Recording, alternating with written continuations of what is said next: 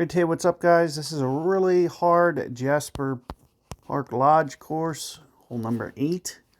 So just wanted to get just a little bit more coverage on this one. So one of the things that you'll see, I try to use the side spin, try to counter this, is you'll see that the ball does try to land very much more towards the left here. So we'll counter it with that spin. In terms of our ring adjustment here, I'm thinking somewhere around 6. Sure enough, 6 will be good. So I'm not even going to spin it here. We're just going to pull over here. Make sure that around 6 rings is accounted for the center of the fairway. Keep it in mind, we're going to go full and just no curl. Now, if the wind was pointed the other way, I probably would curl it. But since the natural slope is going to just kind of try to fight against it, you'll see that everything's rolling out to the left there.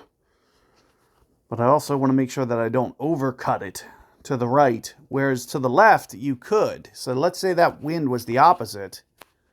We could have shifted over here very, very easily. So it's best to do a full curl in that situation. Here you can see wind straight in the face. We're going to input our wind here. And we're just going to take a look at here. Here you can see max is 745. So with that in mind, we're going to pull back 745 and make sure that we don't start our adjustment more than this.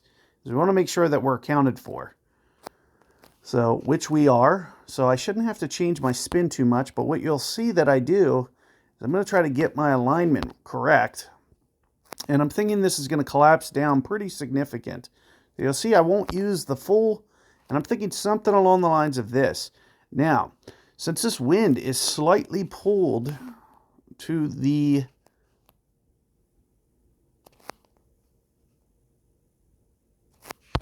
right, whatever direction the wind is pulled, the bounces are going to also pull. So let's say this is a hard right wind. Do you remember what we did with Wolf Creek 3? Since this is an uphill approach, it's going to do very similar. So you always want to do some counter spin. So once I get like kind of a natural position that I want, and you can see this, in my opinion, is kind of right towards the hole. So you can see that second bounce, and we're trying to factor in the backstop as well. Keeping in mind that it's going to break hard to the left, so we're trying to counter that with right spin. So you can see, naturally, I would probably use about 3.5 bars here to get this right back on plane with the pin. Now, what we're going to do is we're going to come off that half bar. Now, let's just say it was pointed directly to the right. I'd probably switch that to almost 0 side spin, because all the bounces are going to bounce. And if you're unsure of what I'm talking about, do check out Wolf Creek number 3 and one of my side spin videos. Since this one's a little bit straighter, we're barely going to shift it. And you'll see 7.5 is almost going to be 7.5 rings. So whatever wind is in this scenario, we're just going to go that many rings. So that's what we're looking for here. You'll try to use the appropriate amount of zoom. Try to get these trees out of your view, which is what I'm doing. Keep in mind, maybe just a slight overpull. 7.5, 7.5 rings here. And let's just see what this looks like. Now watch these bounces. We actually nailed the shot. So you can see all the bounces are to the right. And the reason is because the wind was slightly pointed to the right. So let's say that wind was pointed slightly to the left. We'd need to offset it even more because of the fact that, we'd have to be 5 or 6 bars to the right there. Because what's going to happen is all the bounces are going to bounce to the left.